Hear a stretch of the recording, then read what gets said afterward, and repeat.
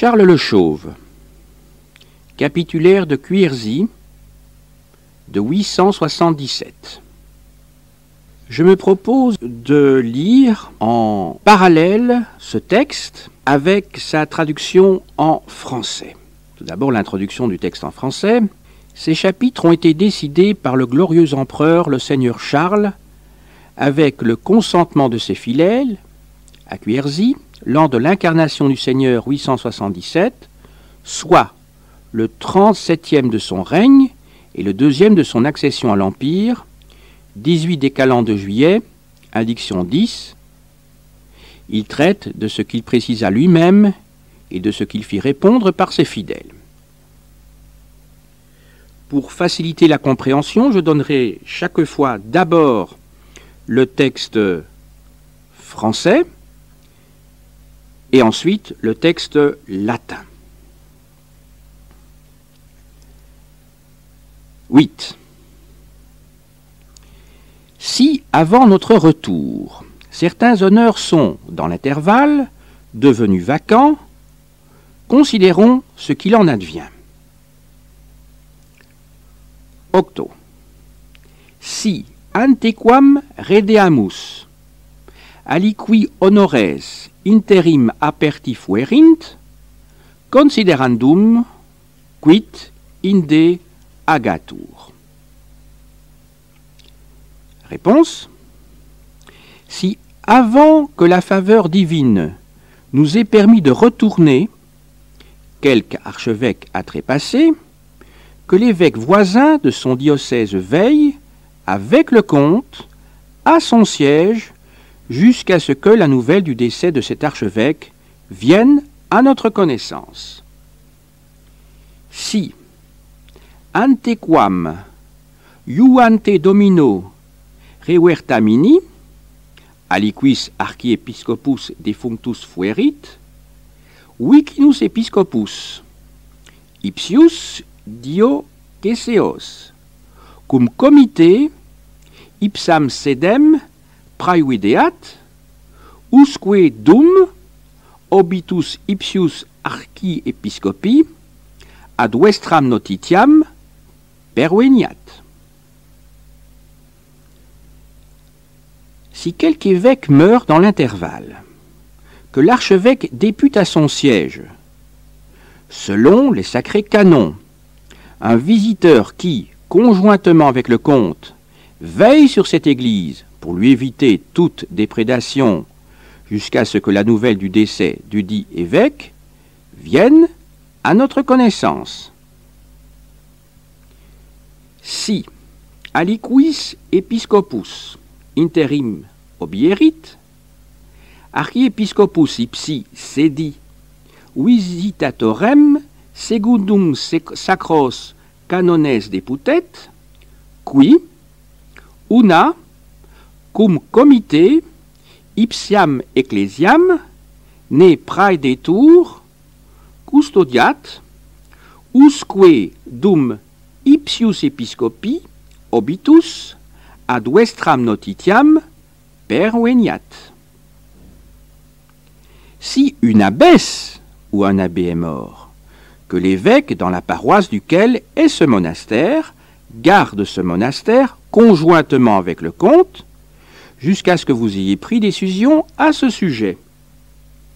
Si abbas vel abbatissa obierit, episcopus in cuius parochia monasterium illut est, una cum comite illut monasterium custodiat, usque dum vestra iusio inde fiat. 9. Si est mort un comte dont le fils est avec nous, que notre fils et le restant de nos fidèles désignent parmi ceux qui lui ont été les plus proches et le plus familier, celui qui veillera sur ce comté avec les ministériaux de ce comté et l'évêque jusqu'à ce que la nouvelle nous en parvienne. Noem, si comes obierit, cuius filius nobiscum sit, Filius noster, cum ceteris fidelibus nostris, ordinet de his, qui illi, plus familiares et propinquiores fuerint, qui, cum ministerialibus ipsius comitatus, et, episcopo, ipsum comitatum praevideat, usque dum nobis renutietur. Et s'il y a un fils très jeune, que cet administrateur, avec les ministériaux du dit comté et l'évêque de la paroisse duquel il dépend, veille sur ce comté, jusqu'à ce que nous en ayons connaissance.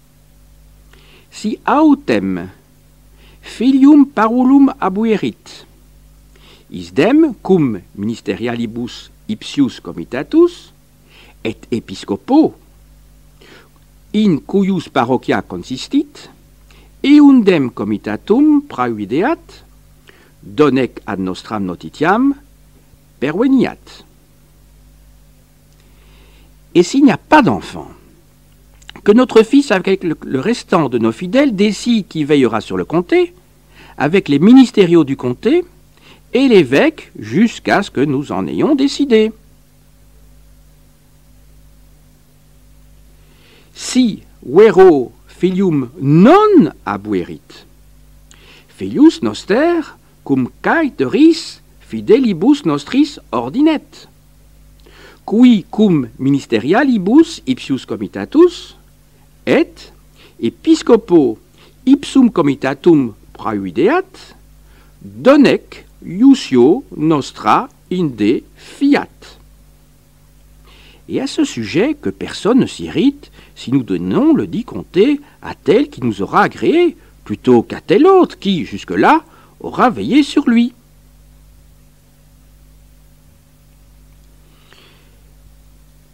Et pro hoc nullus iriscatur, si eunden comitatum alteri, cum nobis placuerit, dederimus quam illi, qui eum actenus praevidit. Même chose doit être faite également à l'égard de nos vassaux. Si militaire et de vassalis nostris faciendum est. Et nous voulons et ordonnons expressément que tant évêques qu'abbés et comtes, et même tous les autres parmi nos fidèles, s'appliquent à respecter le même procédé envers leurs hommes. Et pour les épiscopats comme pour les abbayes, que l'évêque voisin et le comte veillent à ce que personne ne s'empare des biens ou des richesses ecclésiastiques, et que nul ne les empêche de faire l'aumône. Et volumus, atque expresse iubemus, utam episcopi, quam abbates et comites, seu etiam ceteri fideles nostri, hominibus suis, similiter conservare studeant, et tam de episcopatibus, quam et de abbatis vicinus episcopus, et comes praevideant, aliquis res ecclesiasticas, vel facultates diripiant, et nullus ad eorum elemosinam faciendam impediat. Que si quelqu'un l'ose, qu'il le paye par composition selon les lois humaines et que, selon les lois ecclésiastiques, il satisfasse l'Église qu'il a lésée et qu'il supporte notre armiscara, c'est-à-dire notre punition, suivant sa faute et selon notre désir. Quodsi praesum serit, et secundum leges humanas, hoc componat, et secundum leges ecclesiasticas inde ecclesiae, quam laesit, satisfaciat, et nostram armiscaram, secundum modum culpae et ut nobis placuerit sustineat. Réponse. Les autres chapitres ne laissent pas d'y répondre, car ils ont été composés et définis par votre sagesse. Cetera capitula responsione non egent, quoniam ad vestra sapientia sunt disposita et definita. 10. Si l'un de nos fidèles, après notre mort, par amour de Dieu et de nous, désire renoncer au siècle et possède un fils ou quelque proche susceptible d'œuvrer pour le bien de l'État, qu'il puisse lui transmettre ses honneurs au mieux de ses désirs. Si aliquis ex fidelibus nostris post obitum nostrum, dei et nostro amore compunctus, seculo rentunciare voluerit, et filium vel talem propincum abuerit, qui rei republicae prodesse valeat, suos honores, praut melius voluerint, ei valeat placitare. Et s'il désire vivre tranquillement sur son alleu, que nul n'ose l'en empêcher d'une manière quelconque, et qu'on ne lui réclame rien d'autre que le seul devoir d'aller défendre la patrie. Et si, in allode suo, quiete vivere voluerit, nullus ei aliquot impedimentum facere praesumat, neque aliut aliquut, abeo requiretur, nisi solum modo, ut ad patriae defensionem pergat. Ce texte a été publié dans le tome 2 des Capitularia des Monumenta Germaniae Historica. Passons aux commentaires. Le capitulaire de Quierzy, redécouvert par l'Ancien Régime, a été immédiatement interprété comme une loi constitutive de la féodalité. Par la suite, il a été considéré comme une mesure éminemment temporaire, caduque au bout de 5 mois. Entre ces deux appréciations, seule l'étude attentive du texte peut nous permettre de trancher. Sa forme même, avec ses réponses à la fin des chapitres, est très intéressante, car nous voyons comment il s'est élaboré au cours d'un dialogue entre l'empereur et ses fidèles, réunis à un plaid général. Le préambule, probablement postérieur, nous permet de fixer la date. 14 juin 877. De vérifier l'indiction.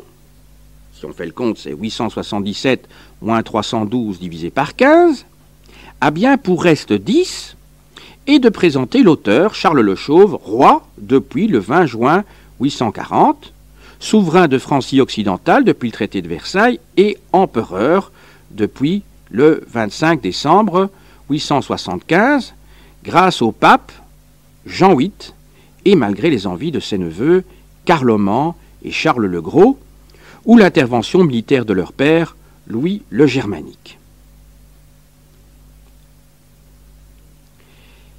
L'extrait proposé nous apprend que, le 18 des calendes de juillet 877, l'empereur Charles, à Quierzy, à la veille d'une expédition, traite avec ses fidèles des honneurs qui seraient vacants durant son absence et confie leur administration, sous réserve de sa décision ultérieure, aux comtes voisins, assistant l'évêque s'il s'agit d'un archevêché ou d'une abbaye, et le visiteur du métropolitain dans le cas d'un évêché. Le fils de l'empereur désignera, si le comte défunt a un fils accompagnant l'empereur, le parent ou l'ami le plus proche, qui administrera le comté avec les ministériaux et l'évêque, et de même, si le fils du défunt est trop jeune, ou s'il n'y a pas de fils, mais son choix pourra ne pas être entériné. Procédé semblable pour les vassaux du roi et tous les autres. Les possessions ecclésiastiques seront sévèrement protégées. Le vassal qui, après la mort de l'empereur, désire se retirer peut transmettre ses honneurs à son héritier. S'il se retire sur son alleu, on ne pourra exiger de lui que de défendre la patrie.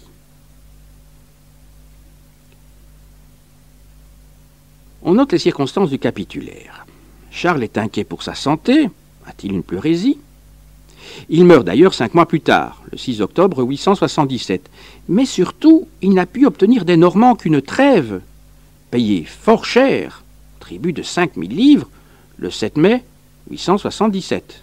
Ses neveux germaniques, Carloman, rassemblent des troupes.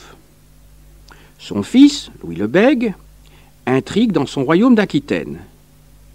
Ses fidèles, Boson et Hugues l'abbé, sont peu sûrs. Et là-dessus, le pape Jean VIII, affolé par les ravages des Sarrasins, l'appelle à son secours en Italie. Charles convoque donc tous ses fidèles, qui lui ont prêté serment, pour décider sinon de sa succession, bien que le non-retour ou le décès du souverain soit nettement envisagé, du moins des mesures provisoires à prendre durant son absence. Or, la question la plus importante est celle des honneurs devenus vacants, car il s'agit des plus hautes fonctions publiques, archevêques, évêques, abbés, comtes, dont les titulaires sont précisément nommés par le roi empereur. À ces honneurs est attachée une forte dotation foncière, dite aussi honneur, ou res de comitatu pour le comte, permettant aux hauts fonctionnaires d'accomplir sa charge. Le cas des vassaux royaux est tout à fait parallèle. Pour respecter son serment et accomplir ses devoirs militaires, le vassal reçoit une dotation, le bénéfice. De même, les vassaux du grand personnage, qui peut prendre sur ses biens propres, c'est-à-dire qui ne tient de personne, sur son alleu, des bénéfices pour les rémunérer.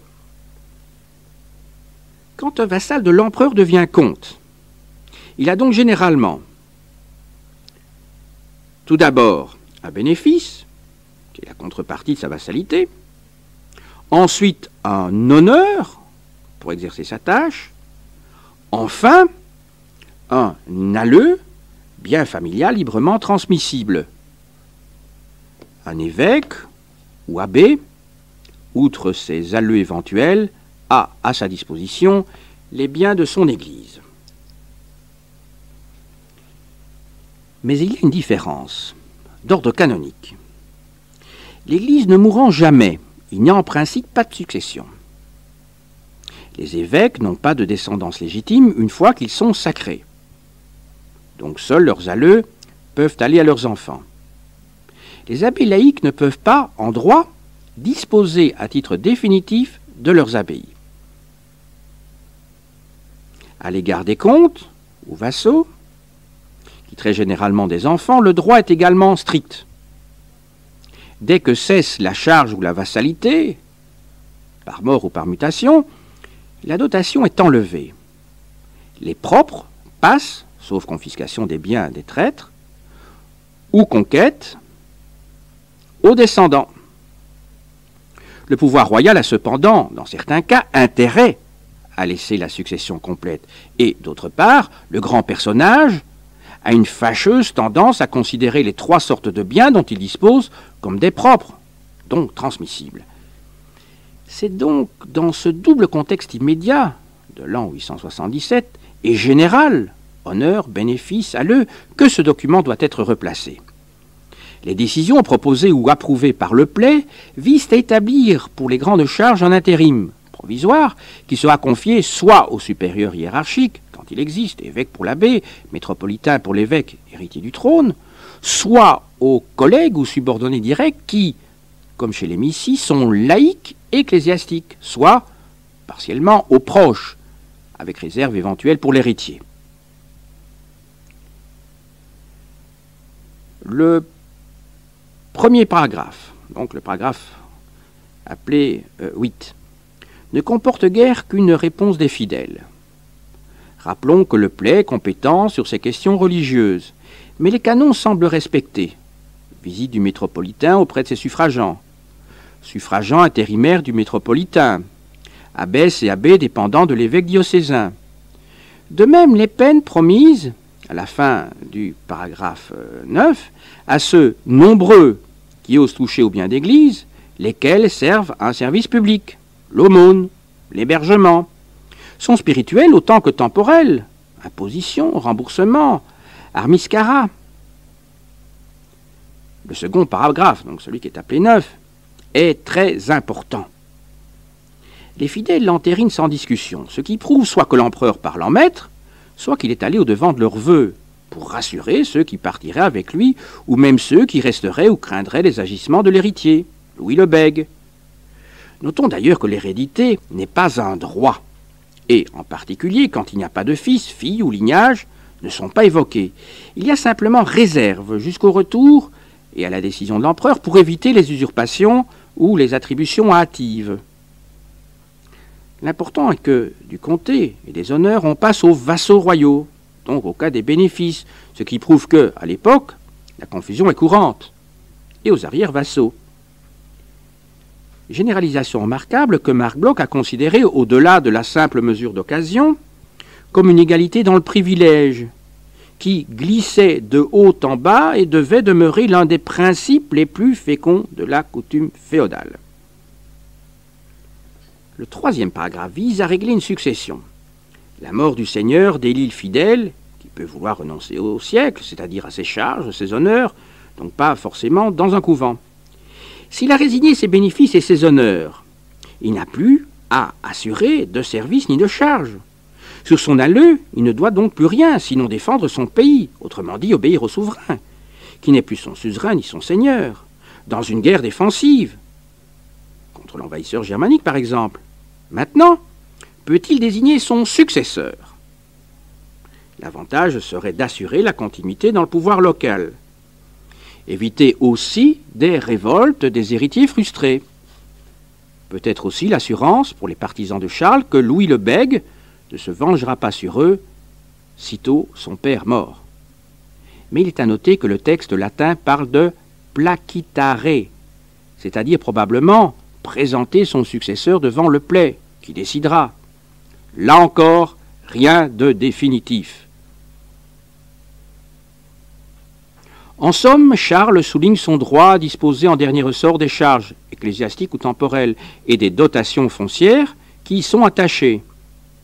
Probablement pas parce que ses grands le lui contestent, car il serait maladroit de les braver au moment où il les réunit pour avoir leur aide financière et militaire, mais plutôt pour valoriser la réserve qu'il fait, sans se lier les mains, en faveur de l'hérédité des laïcs, ce qui lui concilie les comtes et aussi les arrière-vassaux et la majorité des hommes libres qui, protégés contre l'arbitraire, contrebalancent la puissance des trop grands seigneurs, lesquels seront à leur tour à l'abri des vengeances de Louis.